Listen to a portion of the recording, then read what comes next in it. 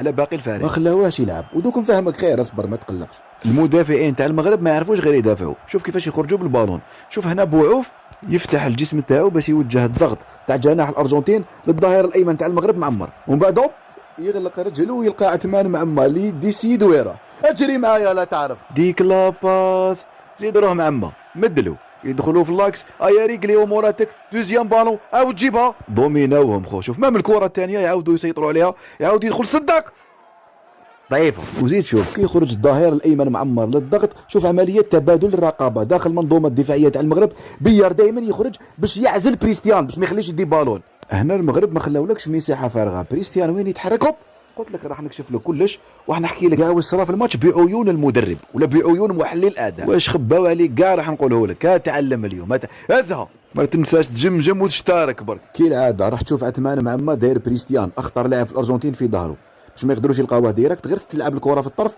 يخرج يضغط على لاعب الطرف وتصرى عمليه تبادل رقابه، يخرج عليه ديريكت بيار يسيب ليه على بالهم راح يكون له جوار سيب ليه اللاعب المستهدف.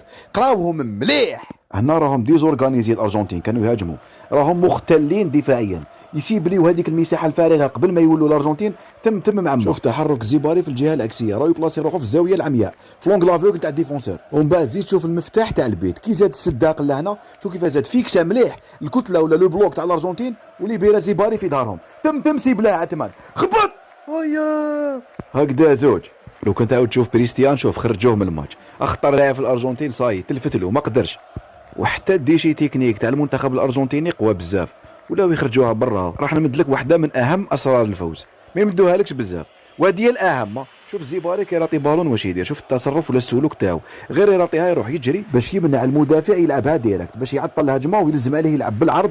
علاه؟ باش يسمح ولا يخلي الوقت لاصحابه. شوف كيفاش يعاودوا يرجعوا باش يعاودوا يديروا الشكل ولا التنظيم الدفاعي تاعهم. هما راح يحوسوا على بريستيان والمغرب قراو الخطه تاعهم، شوف يوجهوا للعمق وين ما تقدرش تجوز. ودير في بالك راك تلعب مع الارجنتين فينال كوب دي موند، تما كي تغلط ويدولك بالون وتكون تاتاكي شوف قريب ماركاو لهم.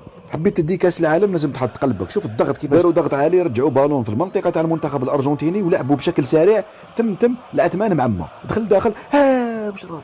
والمغرب ما كانوش غير يدافعوا هابط، كانوا يضغطوا عند الارجنتين. شوف كيما هنا يعاودوا يسترجعوا كره في مرمى الارجنتين باش ما تقدرش تعاود تهبط 45 دقيقه واحده اخرى ويمدوها لزيباري يضرب هيا راطاو ومن بعد تلفت لهم الارجنتين. شوف الدقائق الاخرى ولاو يجبدوا بطاقه خضراء على والو.